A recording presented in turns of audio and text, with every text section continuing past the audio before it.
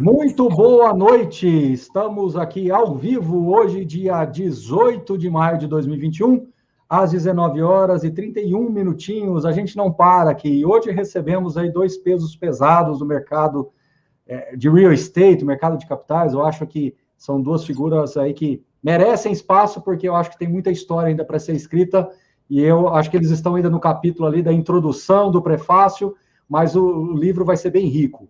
Hoje eu recebo, então, Gustavo Ribas, que ele é sócio e co-CEO de real estate, né, da Nave, e o Luiz Stachini, né, melhor assim, sócio e também CEO, co-CEO de real estate também da Nave. Bom, eu não poderia começar diferente, eu queria que vocês usassem os primeiros 2 minutinhos iniciais, para que vocês falassem um pouquinho da Nave, e eu já quero abrir essa live com uma certa provocação. O nosso colega José Melo, né, ele fez uma provocação, já acho que desde ontem, quando subimos o link, né? Ele falou, poxa, mais um FOF, dentro de pouco tempo teremos FOFs comprando cotas de outro FOF, né?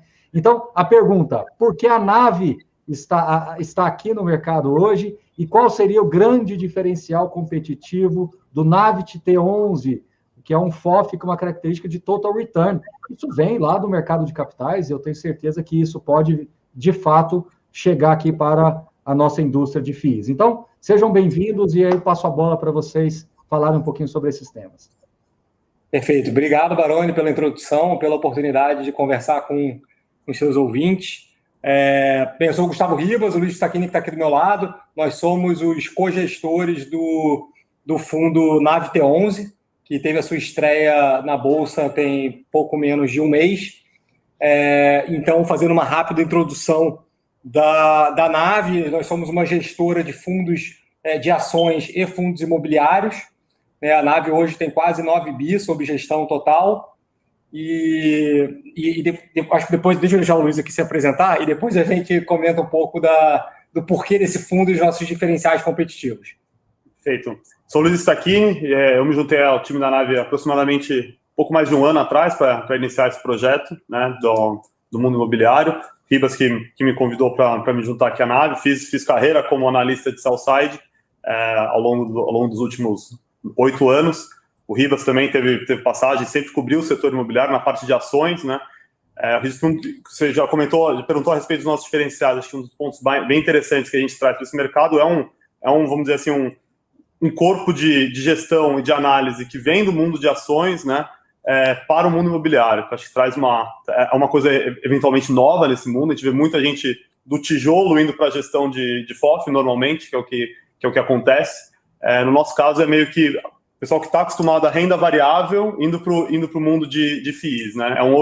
Talvez um outro movimento, né? Tijolo para FIIs e ações para FIIs, né? E no nosso caso, ações sempre do setor imobiliário. Eu sempre olhei setor imobiliário. O Ribas foi analista de ações por mais de 7 anos. Sempre entre os setores, diversos setores que ele olhou na carreira dele, olhou bastante o setor imobiliário. O mandato do Navit contempla em algum momento vocês poderem também comprar ações de incorporadoras listadas, ou vocês pensam em algum momento chegar nesse estágio também? Perfeito, boa pergunta. Inclusive é o nome do nosso fundo, né? O Nave Imobiliário Total Return, porque exatamente nós temos um mandato mais aberto, mais flexível, de modo que 50%, no mínimo, nós temos que ter em cotas de outros fundos imobiliários. Entretanto, os demais 50% nós podemos sim investir em CRI diretamente, né? Ou seja, ativos de dívida, investir em ações do setor, como você bem colocou. Hoje nós não temos, o fundo já tem, deve ter quase um ano, daqui a 2 meses vai fazer um ano esse fundo, e a gente nunca teve ação do setor, tá? Porque, de fato, a gente acredita que o nosso mandato aqui é um mandato de entrega de yield, de dividendos para o cotista, para o investidor.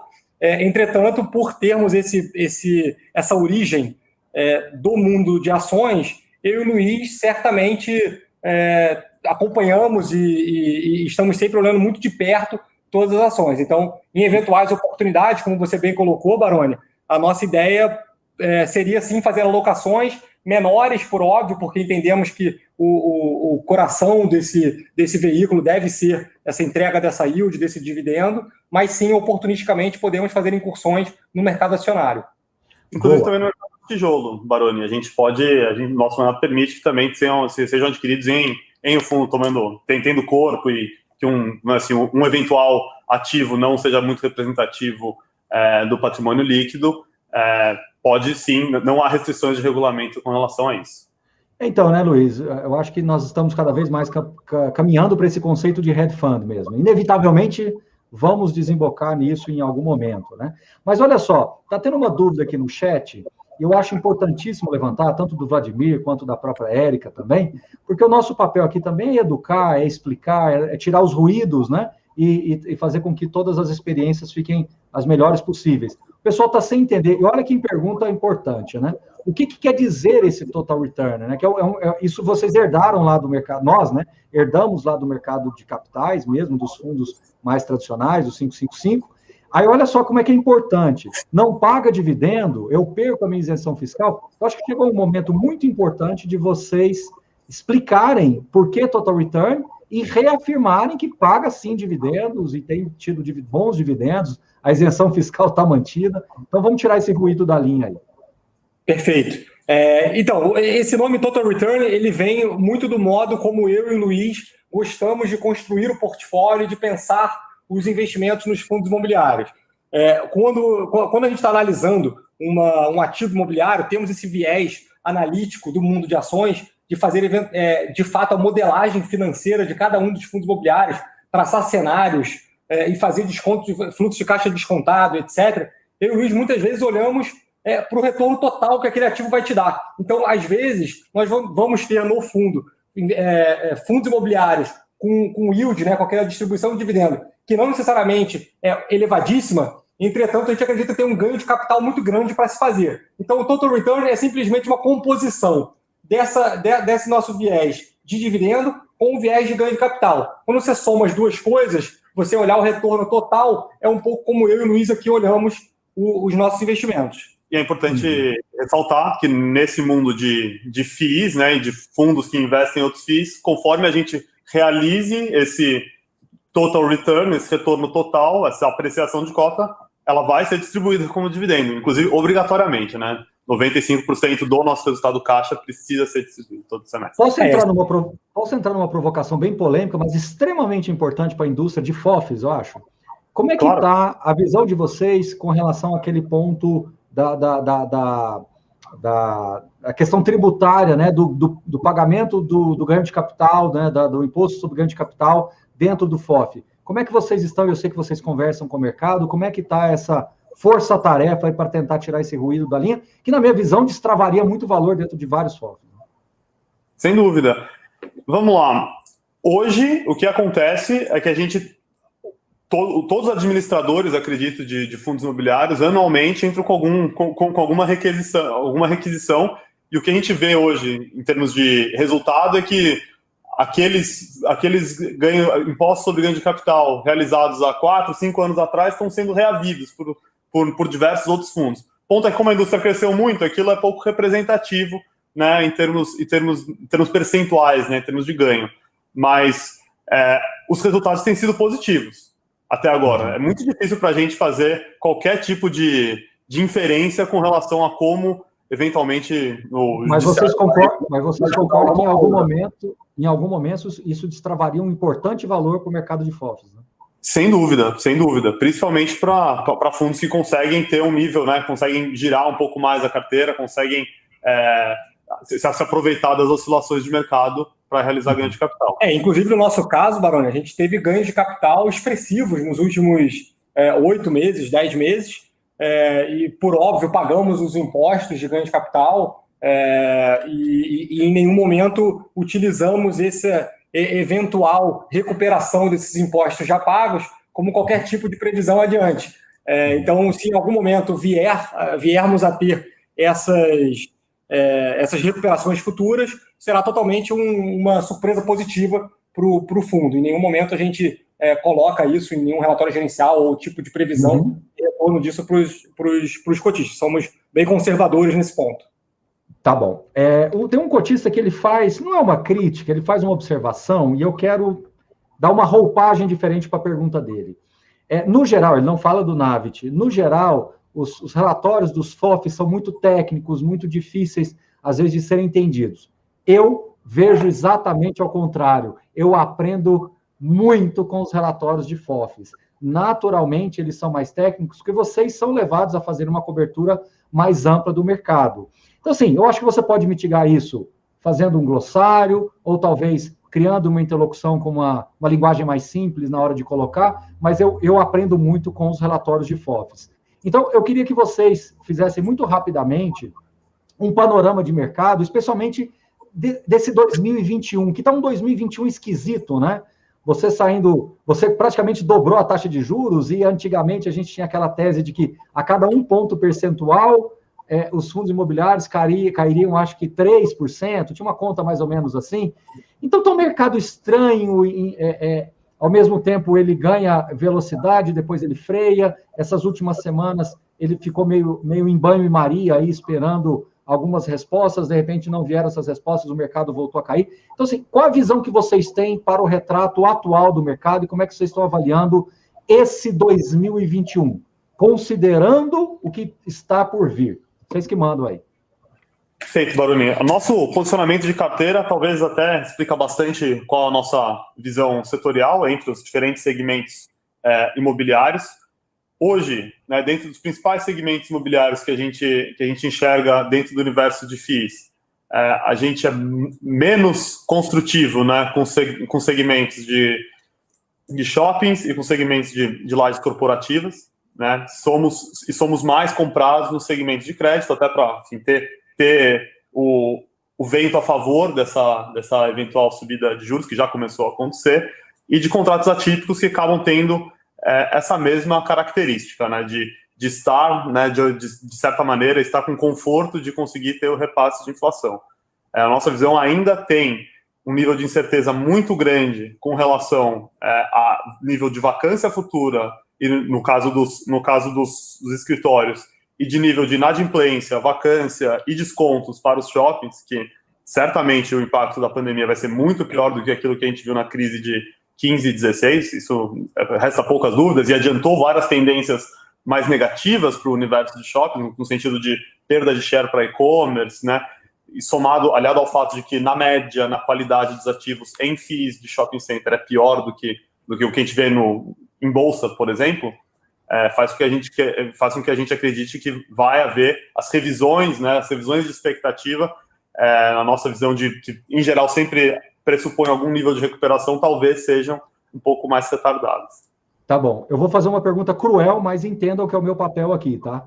Claro. Entendo dessa forma. Quando você coloca no label do fundo Total Return, e ao mesmo tempo você fala que você não está olhando muito para shopping e laje corporativa, isso não seria meio que antagônico? Eu ia fazer esse comentário agora, eu ia falar... Fica parecendo que a gente combinou, né, Rivas? Não, mas eu ia fazer mesmo. Eu pensei assim, pode até parecer soar contraditório o que o Luiz comentou agora, mas de fato não é. Inclusive, Baroni, qual foi um exercício que a gente fez, que a gente achou muito interessante para tentar entender qual seria o ganho de capital possível dentro de um ativo de shopping. A gente falou o seguinte, vamos lá, os shoppings em 2019 tiveram um ano recorde, né, sobre todas as métricas possíveis e imagináveis. Então, a gente estimando, caso os fundos de shoppings tivessem aquele mesmo retorno, aquele mesmo nível de vendas e aquele mesmo custo lá dentro, quanto que isso representaria de yield, né? Se basicamente aquele dividendo todo voltasse hoje, quanto que isso representaria de yield, qual o ganho de capital que você teria, caso os fundos respeitassem aquela yield que aqui negociavam no passado.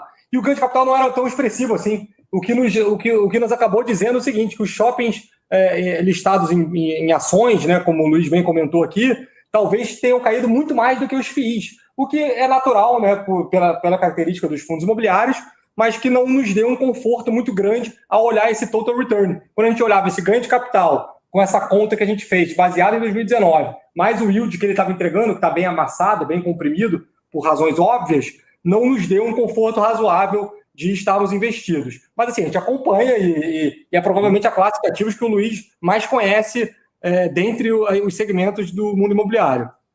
No final do dia, o que a gente acredita, quando você olha a composição de receita de um shopping center, que tem uma parcela grande de estacionamento, né, você vai ter uma parcela muito grande de de receita, principalmente de aluguel, vindo de lojistas satélites que sofreram muito, quando a gente tenta colocar tudo isso dentro desse bojo, a dinâmica vai ser muito complicada.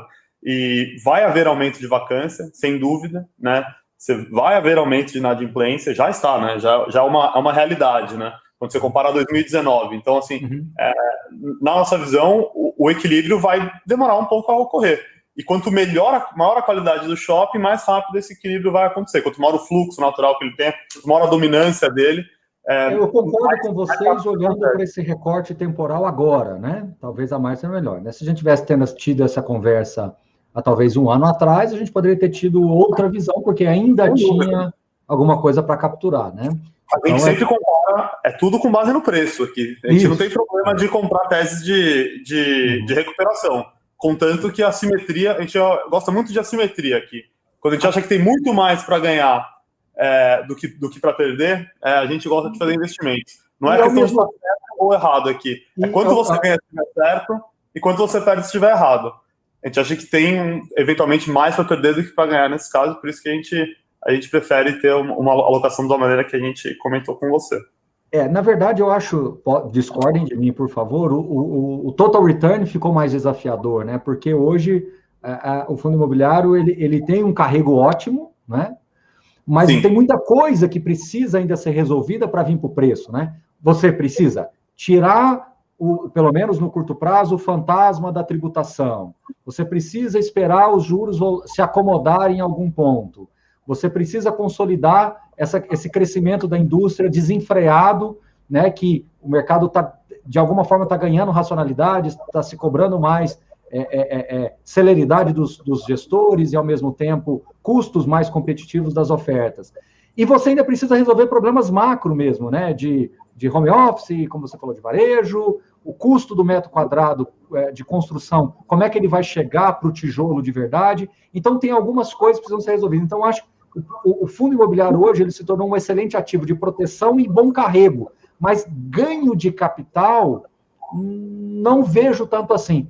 Estou exagerando, vocês têm muito mais informações, inclusive daqui a pouco a gente vai ter um compartilhamento de um sistema que vocês usam aí, muito fantástico aí para tomada de decisão, mas eu queria que vocês comentassem um pouquinho dessa visão minha. Faz sentido? E fiquem à vontade de discordar, pelo amor de Deus, hein? Perfeito.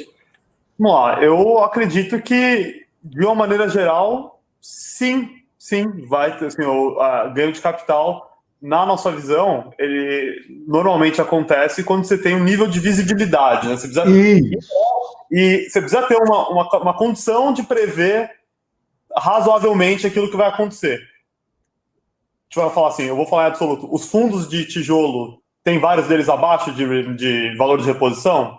Tem, não vou duvidar. Mas será que, na margem, as expectativas vão ser confirmadas ou vão ser decepcionadas? Né? Na nossa visão, o viés é mais de decepção com relação às expectativas. O que a gente tem visto na margem, né, são mais notícias negativas do que notícias positivas.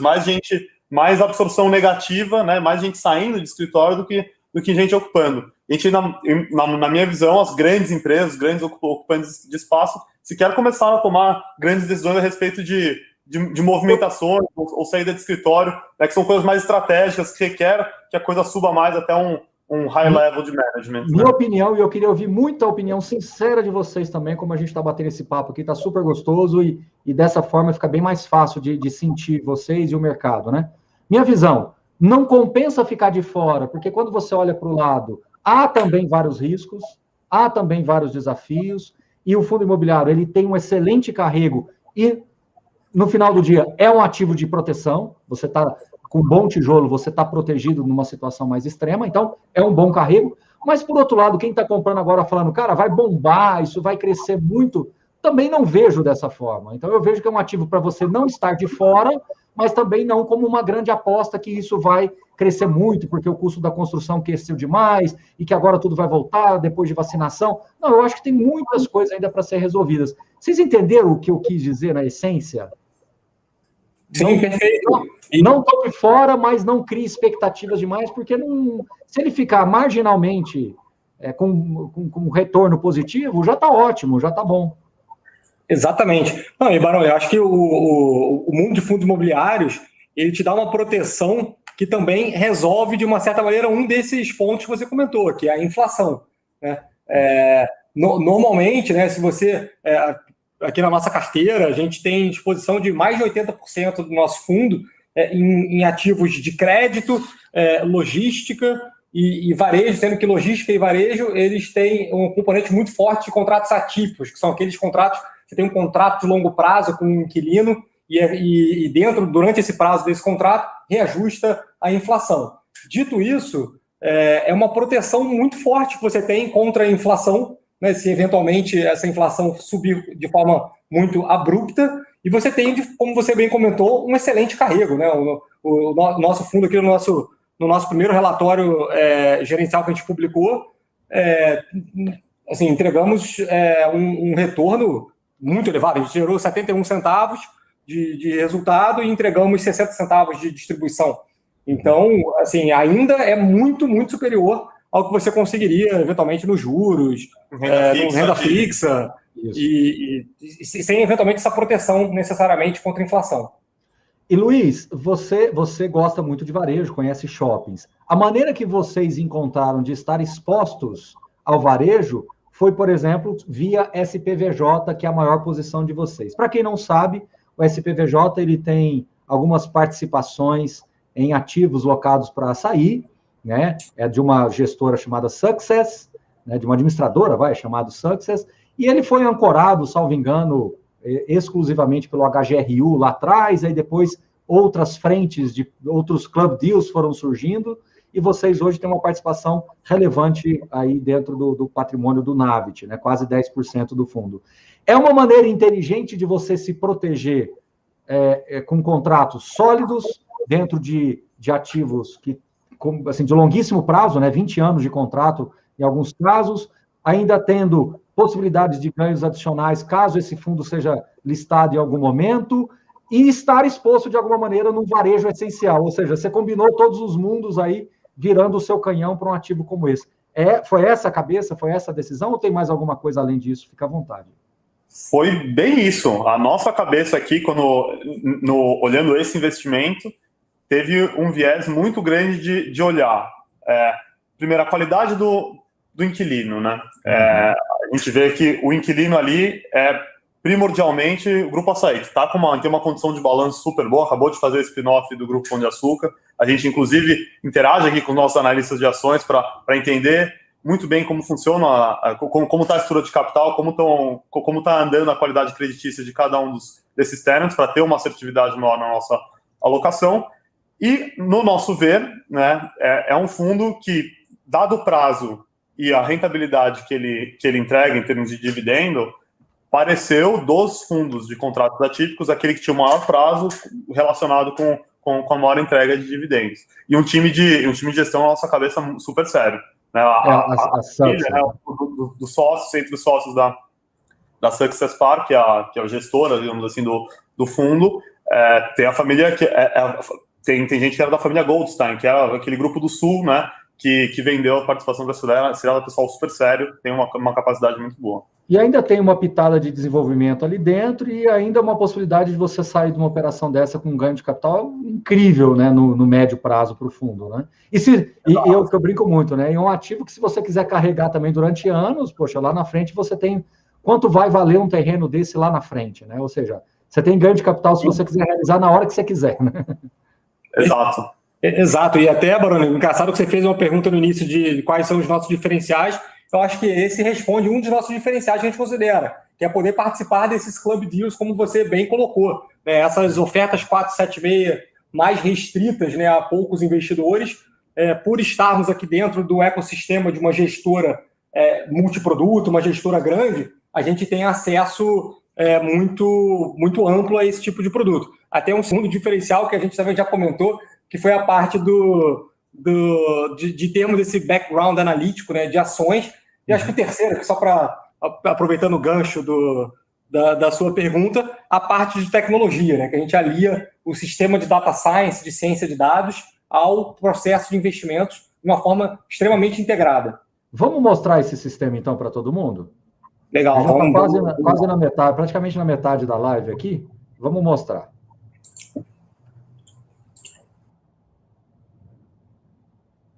Deixa eu fazer isto. Pronto. Pronto. Aqui a gente vai mostrar... Quer explicar, Ribas? Deixa eu só explicar aqui bem rapidamente o conceito. Então, bem, aqui na nave nós temos um time de 9 engenheiros de programação, engenheiros de dados, que ajudam os times de investimentos a melhorar o seu processo de investimentos, a ter mais informação de uma forma mais rápida, mais digerível, né? Muitas vezes essas informações estão meio perdidas em sites ou dentro de formulários da CVM, que é difícil você pescar as informações. Então, eu e o Luiz construímos, ao longo desse último ano, exatamente essa base de dados mais parruda, em que a gente consegue, de uma maneira estruturada, mapear, né, possíveis investimentos. Então, são mais de 300 fundos listados, né, Barão? Eu imagino que o seu trabalho deva ser... Hercúleo, exatamente. Por conta dessa quantidade enorme de fundos imobiliários, um market cap somado de mais de 130 bilhões de reais. Então, esse tipo de ferramenta nos ajuda a mapear e a entender, fazer um screening desses fundos todos e eventualmente, passar adiante para a fase de análise fundamentalista do nosso processo. Vale a pena, talvez, mostrar um pouco...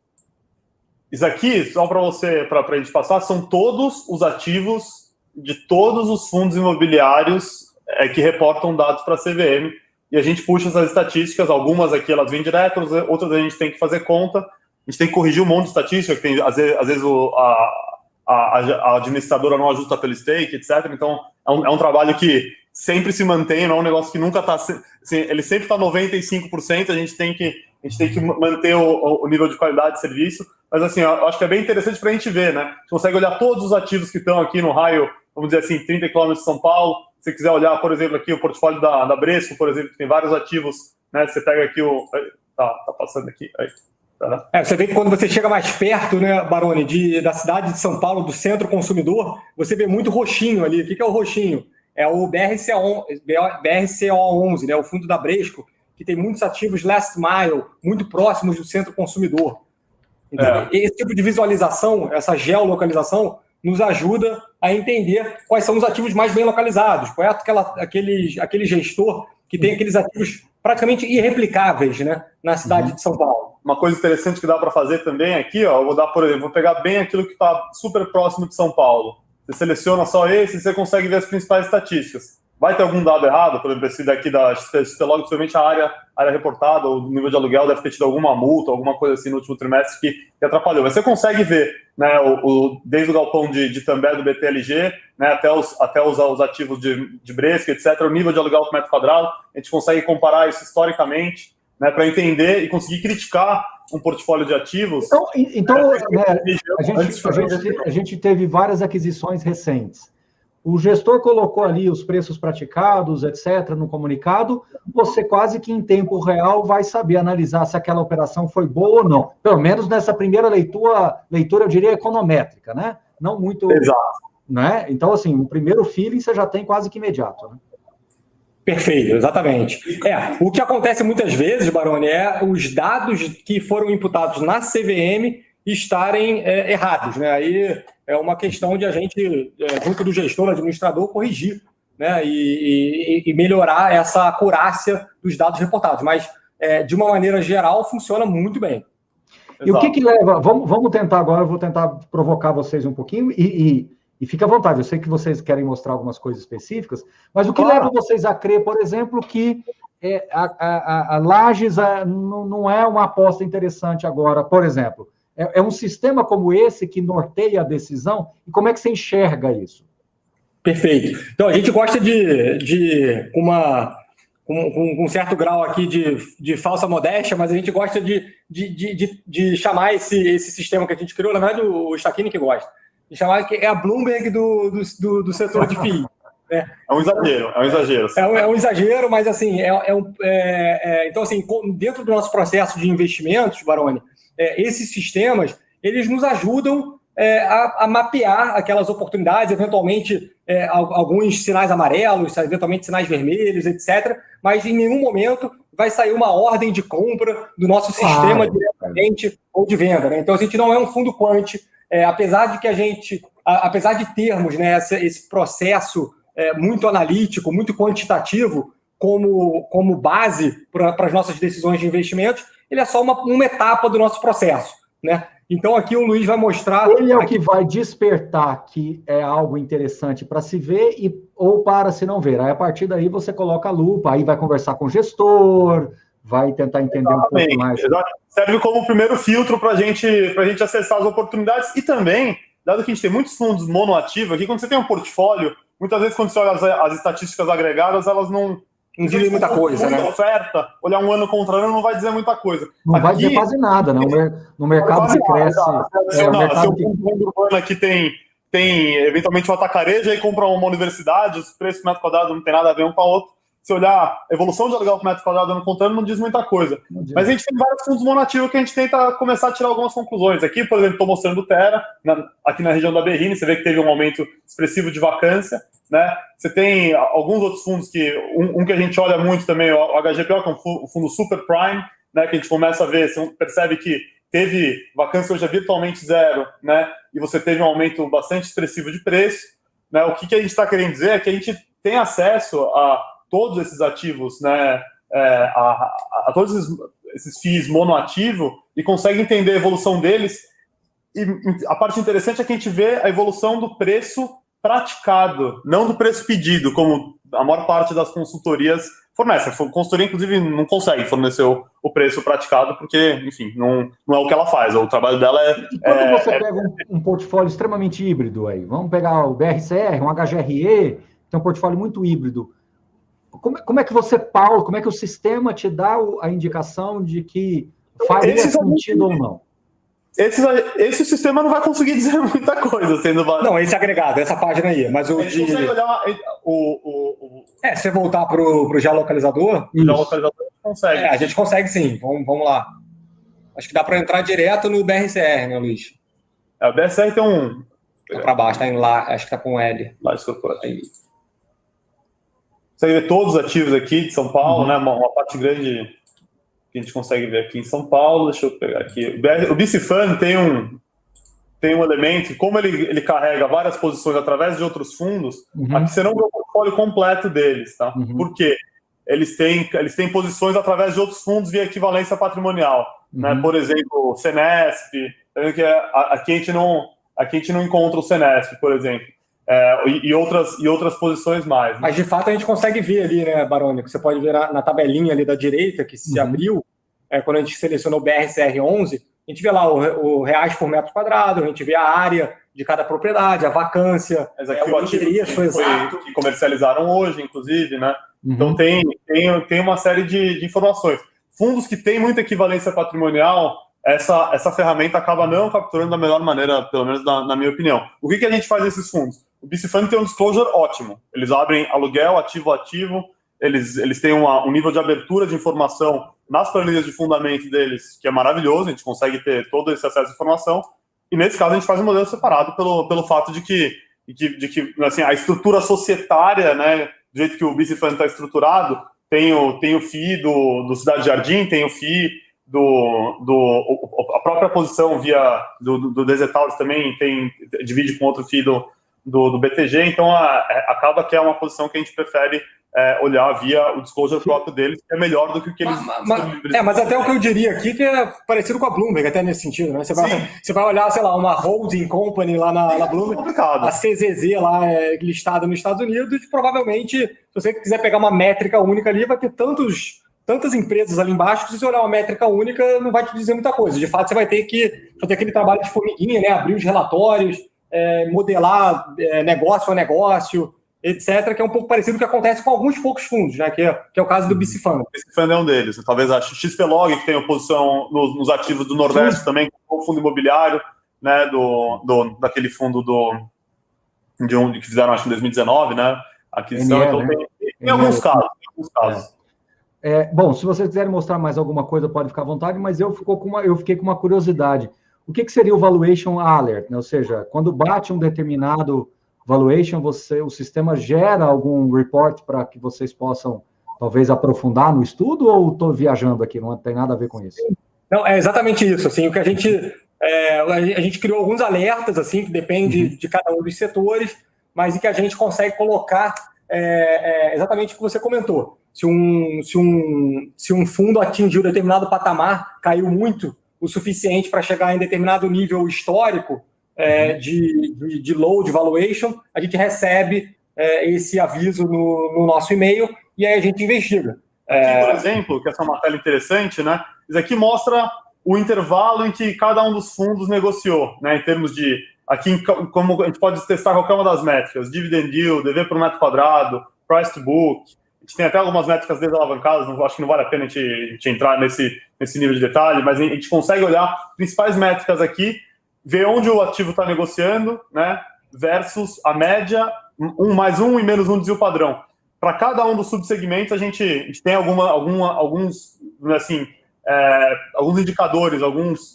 indicadores de valuation que a gente julga como sendo chaves, e quando ultrapassa-se aí um desvio padrão acima da média, um desvio padrão abaixo da média, para aquilo que a gente julga ser de interesse, e a gente recebe um alerta de forma para que a gente sempre esteja de olho no peixe, eventualmente, que tem uma probabilidade mais alta de ser pescado, aí, que seriam os ativos com mais alto retorno.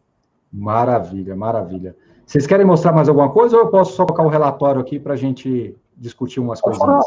Pode? Então, não, a gente passa a hora daqui e ultrapassa o tempo da live. Aí, deixa eu fazer aqui, ó. O que eu quero discutir com você, o que eu quero levantar a bola com vocês é essa questão aqui de como vocês olham hoje crédito e logística, né? Vocês estão com, 2/3 do fundo praticamente nessas duas classes, esses dois setores, melhor dizendo, né? E o que me chama a atenção é que vocês têm buscado ativos em que a qualidade de crédito, de gestão, historicamente, seja muito sólida, né? É difícil, hoje, você olhar para um FOF e ver tamanho cuidado, assim, né? Vocês têm sido muito criteriosos na seleção. Onde eu quero chegar com tudo isso, né? Créditos mais high grade, operações com um nível, assim, de obviedade maior, uma segurança de fluxo maior. Então, assim, por mais que tenha esse label total return, né, eu acho que a cabeça de vocês não deixa de ser conservadora, ou eu estou errado? Você está completo de razão. Assim, a nossa cabeça é total return nesse exato sentido que a gente gosta de olhar as duas componentes juntas, né, de ganho de capital e de dividendos, né, e de yield. Entretanto, como o Luiz comentou, gostamos muito de assimetrias, de ter pouco para perder e muito para ganhar, o que acaba não ocorrendo, né, Baroni? Quando você tem gestores ou inquilinos, digamos assim, que não são aquele triple A, né? Então, a gente, de fato, tenta fugir de cenários de perdas permanentes de capital. Inclusive, um dos nossos primeiros filtros para a gente definir o nosso universo de cobertura no mundo de FIIs é fugir de eventuais perdas permanentes de capital. Aquela perda que, por um motivo qualquer, seja a qualidade do ativo, a qualidade do inquilino... Dificuldade de locação, né? Dificuldade de locação, uma vacância muito grande, um ativo que precisa de um turnaround muito forte... A gente não gosta de correr esse tipo de risco. A gente prefere ir para riscos mais óbvios, em que a gente tem um conforto muito grande no upside desse investimento. Prefere ter menos upside, né? Menos potencial de retorno com a probabilidade mais alta do que ter um potencial eventualmente muito alto de retorno, mas que, se der errado, o negócio Isso vale para CRI High Yield, isso vale para contrato atípico, talvez com um pouco mais de risco. Isso vale para tudo onde você tem essa exposição mais agressiva da posição, correto? Correto, perfeito. Principalmente no tijolo, quando a gente olha um fundo de tijolo pagando 10%, 12% de yield, a gente acha, no mínimo, estranho, né? A gente fala, opa, ali talvez tenha alguma revisão para baixo grande de aluguel, contrato próximo do fim... alguma coisa de diferente, algum liability, né? Algum passivo judicial, eventualmente. Obviamente pode ser uma oportunidade, assim, a gente vai investigar. Por fazer conta. Mas normalmente tem uma coisa estranha, não tem muito almoço grátis nesse mundo. Né? Então, quando você vê algum fundo com yield tão elevado assim, de tijolo, principalmente, pode ser que tenha alguma casca de banana ali. Tá bom. Bom, eu vejo a quarta posição de vocês, 8,6% do patrimônio, em Loft, né? Vocês acham que o mercado residencial realmente veio para ficar, né? Eu tenho duas perguntas, né? Aliás, eu vou até melhorar essa pergunta minha, tá? O mercado residencial veio para ficar realmente na indústria de fundos imobiliários, e o mercado agro, vocês acham também que veio para ficar? Como é que vocês estão olhando essa incursão dos fundos agro na indústria de fundos imobiliários? Então, eu queria ouvir de vocês. Legal, interessantes os temas aqui. Eu vou falar um pouco da nossa visão sobre o mundo residencial, e o Luiz depois pode complementar sobre, especificamente, esse LFTT11, que é um fundo da Loft. Então, quando a gente observa o mercado americano, né, os REITs americanos, os FIIs americanos, quase 20% do valor de mercado dos FIIs americanos estão dentro do mundo residencial. Né? No Brasil, é praticamente inexistente. Né? Salvo engano, é 0,6% do total desses 130 bi aí que a gente comentou. Ou seja, é inexistente. A gente acredita que tem alguns motivos para isso. Um deles é a dificuldade de escalabilidade. Né? Acho que os gestores tendem a preferir, ou preferiram no passado, a classes de ativos em que você consegue escalar muito fácil. Tanto é que tem vários fundos monoativos de 200 milhões de reais, 500 milhões de reais, 300 milhões de reais, com ativo único de comercial, né, de escritórios ou de galpões logísticos. Então, a gente acredita que sim, é um mercado que vem para ficar. A gente acredita bastante no mercado residencial dentro de FIIs. Inclusive, quando você olha os retornos dos FIIs americanos, retornos longos de 20 anos, o que possui o maior índice de Sharpe, né, ou seja, o maior retorno ajustado ao risco, é exatamente o residencial, que é um setor muito resiliente, né, e que tem ganhos de capital consistente ao longo dos anos. Aliás, o mercado residencial já capturou muito do ganho de capital depois aí da pandemia, que o comercial ainda não, né? Que diga-se de passagem. Exatamente. Perfeito. Eu acho que talvez o segundo desafio para o mercado residencial não ter ainda emplacado, vamos dizer assim, no Brasil, é muito de uma percepção, principalmente por parte do investidor. O investidor exige um nível de retorno via dividendos inicial muito alto, em geral mais alto do que o retorno que um investimento em aluguel residencial propiciaria. Entretanto, normalmente, né, residencial no longo prazo, a valorização de capital, a valorização dos imóveis, né, se você pegar o IVGR, que é a média de crescimento de valores dos imóveis desde 2001, é a inflação mais 3. Imóveis residenciais. Imóveis residenciais, obrigado. Sim. Imóveis residenciais. Inflação mais 3. Se você colocar a inflação mais 3, mais o retorno que você tem no aluguel, seria eventualmente um retorno fantástico. Total return. Um total return fantástico para o mundo que a gente estaria olhando. Mas o grande ponto aqui é que a gente ainda enxerga uma dificuldade do investidor, principalmente do investidor típico de fundos imobiliários, a pagar na frente, né, por esse crescimento de valor. Né? Perfil rentista, né? O perfil rentista não tem jeito. Perfil rentista. E assim, o que o fundo da Loft traz, entretanto? O fundo da Loft, no final do dia, é quase como se fosse uma dívida, né? Onde eles usam esse fundo para fazer o iBuyer dele. O que é esse iBuyer? A Loft compra, reforma e vende apartamentos próprios dela, ela também vende apartamentos de terceiros, né? Através desse fundo. A Loft tem 30% das cotas subordinadas nesse fundo, e para as cotas seniors ela oferece uma rentabilidade como se fosse renda fixa. Então, no final do dia, esse fundo é um fundo que, no PU, né, no patrimônio dele, na curva, ele vai estar rendendo IPCA mais 6,75. Então, assim, Baroni, esse fundo, assim, em resumo, a gente enxerga ele como um fundo de crédito com um colateral em apartamentos escolhidos pela Loft, pelo algoritmo da Loft, que é basicamente a empresa de real estate mais valiosa da América Latina. Acabou de fazer uma rodada aí de mais de 500 milhões de dólares, né, de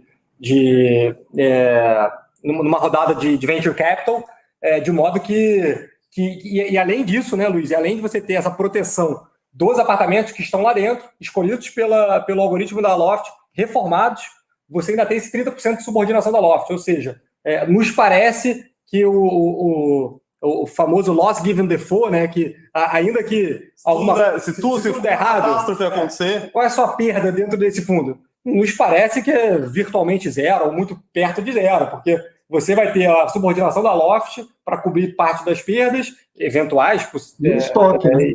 Improváveis, e o estoque. Então, assim, é muito improvável, assim. Então a gente gosta bastante, e de novo aqui, mais uma oferta que não foi uma oferta 400, foi uma oferta no passado 476, e que a gente conseguiu uma alocação bem grande, com um valuation bastante interessante, por termos essa entrada no mercado institucional e de club deals. E agro? Vocês acham que o agro ainda tem alguns bons desafios pela frente aí? Olha, acho que tem um grande ponto a respeito de agro, que eu acho que é bem interessante, é que o perfil de análise, a capacidade, eu diria que do investidor médio, né, de analisar valores, é muito mais difícil.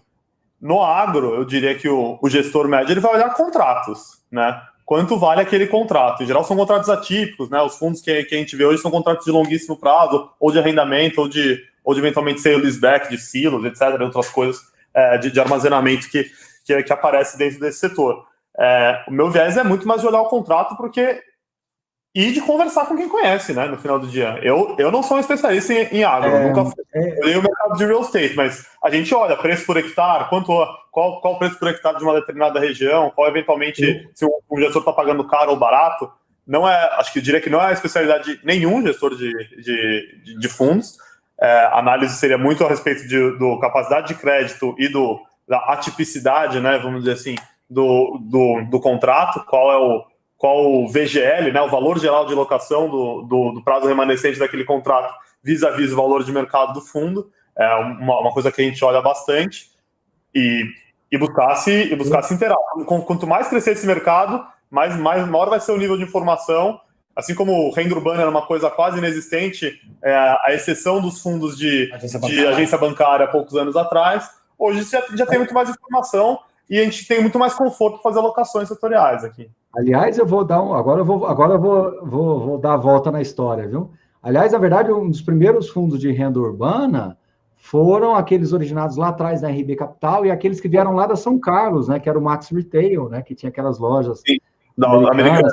Só que eles vieram muito, e os da RB Capital, que vieram com aquelas lojas líder, né? Enfim, mas aí depois o mercado esfriou com relação a esse assunto, aí 2011, 12 só se falou em lajes corporativas, aí depois 2015, 16 só se falou em fundo de CRI, logístico, e acabou que a renda urbana ficou esquecido. Então, nesses últimos 2 anos, que de fato reacendeu essa chama aí da importância do ativo, onde você tem controle do terreno. Eu falo que isso é importante.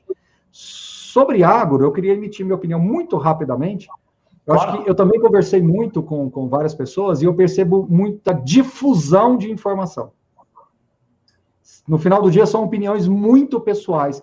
E aí entra o aparelhamento que nós temos hoje para a cobertura do mercado de logística Prime, a cobertura de mercado de corporativo Prime.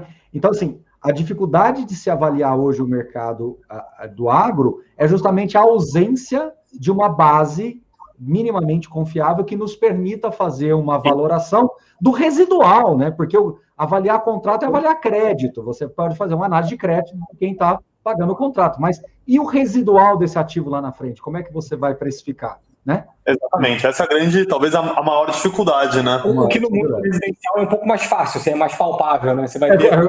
Ribas, é o que você falou. No final do dia eu tenho um estoque lá em Moema, lá na Vila Mariana. Você consegue ver, né? Você entra no site de imóveis, você vê mais fácil, né? No mundo agro. Apesar de que no mundo agro, as fazendas valorizam. Historicamente são exatamente. Claro.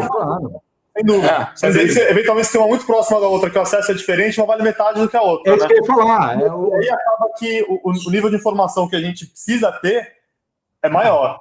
É bem maior. Pelo menos para dar um conforto de investimento, ou então você vai exigir o nível de retorno via aluguéis, via contrato, como você mesmo disse, né? Via a análise de crédito maior. Pessoal, já com 50 minutos de live, eu queria partir, então, para os finalmente aqui. Eu queria que vocês ponderassem. Acho que a gente falou de muita coisa, mas eu quero deixar vocês muito confortáveis também. Se algo importante que precisa ser reforçado do relatório, por favor, me avisem, falem aí que a gente coloca aqui na tela de novo. Mas eu queria deixar vocês aí com a mensagem final para todo mundo. Legal. Então, assim, em relação ao relatório, Barão, eu acho que é interessante a gente ressaltar que a gente fez uma alocação extremamente rápida, em função, inclusive, desse fato de estarmos, né, dentro, acho que está no slide anterior. O fundo está com 3% de caixa, né? Não, exatamente. Se você for para o slide anterior, é isso, exatamente. Está vendo essa tabelinha no canto direito superior? Você vê a alocação. Primeiro tem a rentabilidade, né, que foi bem interessante, desde o IPO, né? A gente entregou aí 1,28% contra um IFIX negativo no mesmo período, ou seja, a gente conseguiu ganhar dinheiro no momento de IFIX bem... Bom, é importante ressaltar que essa rentabilidade é patrimonial. Exatamente, até porque o fundo foi listado há muito pouco tempo. Mas é o que de fato... A gente tem controle. É o valor que a gente tem controle, né? O valor do mercado a gente não tem controle. E a tabelinha de baixo, Barão, se puder passar um pouquinho para baixo, essa alocação PL... Exatamente. Então, o previsto, que é o laranjinha, é o que estava no nosso estudo de viabilidade. Nós prevemos uma alocação dentro de 3 meses, em 4 dias úteis, literalmente em 4 trading days, a gente alocou 86% dos recursos captados no IPO, e nas semanas subsequentes, nas poucas semanas subsequentes, alocamos aí praticamente 100%. 97% é virtualmente 100% alocado, né? Porque sempre vai ter algum caixa que o fundo tem que ter. Então, acho que é muito, muito importante ressaltar que a gente alocou muito rápido, né, um valor de mais de 100 milhões de reais, e entregamos um resultado bem consistente, principalmente com o primeiro mês de dividendo. A gente gerou 71 centavos de dividendos no mês de... 60 centavos de dividendos, 71 centavos de resultado caixa. Geramos 71 centavos de resultado e distribuímos 60 centavos. Então, ainda guardamos essa gordurinha no mês de abril. Só para deixar bem claro, agora vamos, né? Vida longa é o Navit, né? Ou seja, começou a pagar dividendo, agora vai embora, é um fundo que já está ganhando sua liquidez, sua base de cotistas crescendo aí também. Então, é só deixar isso bem reforçado para quem nos assiste aqui, de que apesar de para muitos serem novidade, o ticker Navit T11, mas agora é um fundo... Desculpa, surgiu um espirro de falar, amém. Que vai seguir a sua vida aí, sua carreira, né? E alçar voos maiores aí, não é isso? Exato. Perfeito.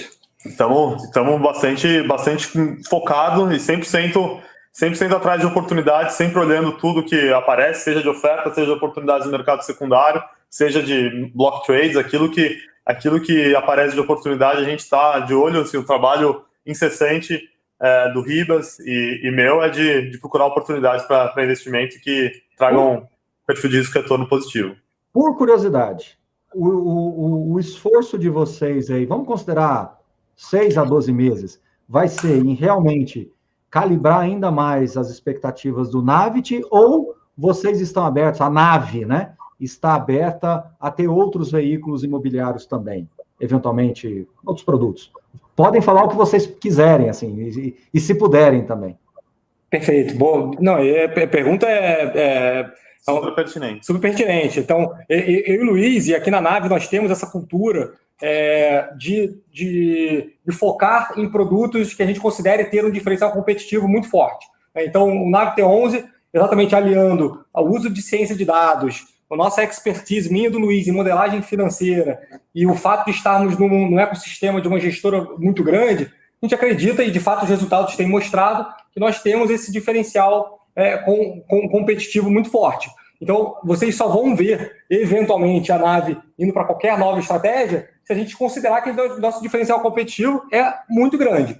Então, dificilmente a gente vai entrar fazer no mais mercado, do mesmo.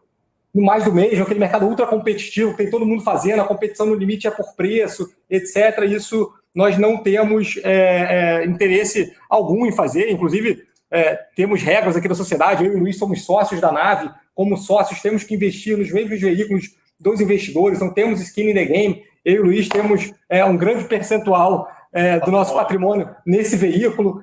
Então, é um pouco essa a resposta. Exato. A gente só quer gerir fundos onde a gente acredite que a gente tem capacidade, plena capacidade de entregar retornos acima da média.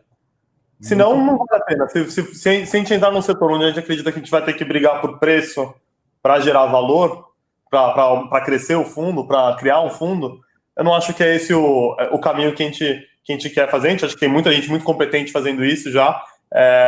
Se a gente for entrar numa nova estratégia, vai ser uma estratégia onde a gente acredita que a gente traz um diferencial competitivo verdadeiro, que a gente vai conseguir gerar valor no longo prazo.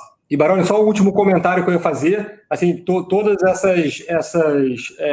essa comunicação que a gente gostaria de ter com os nossos cotistas e investidores, a gente vai ser muito ativo nas redes sociais, como você bem comentou, é importante essa comunicação. Acho que no início da nossa live teve um comentário que você leu sobre comunicação, leitura dos relatórios gerenciais dos COFs, etc. Então, a gente no Instagram, no LinkedIn, temos uma atuação bem ativa e bem forte.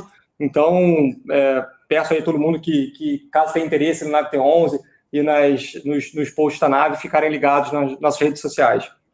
É isso aí, é um processo. Eu acho que aqui a gente deu o nosso primeiro passo. Eu agradeço, inclusive, esse momento aqui de vocês. Eu acho que é uma troca, né? É mútuo. Da mesma forma que é muito interessante trazê-los aqui para apresentar toda essa experiência que vocês têm, um fundo novo, e vocês usando também o canal para ganhar essa projeção de alguma maneira. Então, é uma troca. Eu acho que quando a gente se ajuda, quando a gente se ajuda no mercado, as coisas acontecem, tudo flui muito bem, né? Então, volto a dizer que o nosso canal estará sempre disponível para vocês, sempre que quiserem, sempre que vocês acharem que é pertinente fazer alguma ponderação ou trazer alguma novidade, por favor, me acionem aqui diretamente, vocês têm os meus contatos, e a gente vai calibrando isso daí. É um trabalho de formiguinha, né? Eu acho que não tem outra forma da gente crescer no mercado com consistência que não seja nesse dia a dia, tá bom? Então, obrigado mesmo pela participação de vocês e espero vê-los novamente. E quando tivermos um evento presencial, logo, logo, se Deus quiser, a gente vai superar esses problemas todos. Quando a gente tiver um evento presencial, tenho certeza que vocês serão convidados para poder contribuir e mostrar esse sistema ao vivo lá para as pessoas acompanharem essa inteligência imobiliária por detrás das estratégias, tá bom? Obrigado, viu? Muitíssimo obrigado aí, Baroni, pelo espaço, a turma toda da Suno, o Thiago. Nós somos grandes fãs e admiradores da cultura e do que vocês têm construído e da maneira como vocês fazem essa educação financeira. E todas essas lives e os relatórios são muito informativos, então, muito bom estar perto aí desse processo de vocês. Beleza. Barulho, obrigado, viu? Façam. Tamo junto. Beleza. Valeu, pessoal. Um abraço, boa noite. Temos mais alguns bate-papos aí, algumas livezinhas mais curtas, mas temos algumas coisas para fazer aí. E na semana que vem, mais alguns gestores que a gente está trazendo aí. Ainda não vou confirmar 100%, por questão de agenda, mas a gente consegue ajustar, tá bom? Forte abraço, pessoal. Boa semana para todo mundo. Valeu, abraço. Um abraço.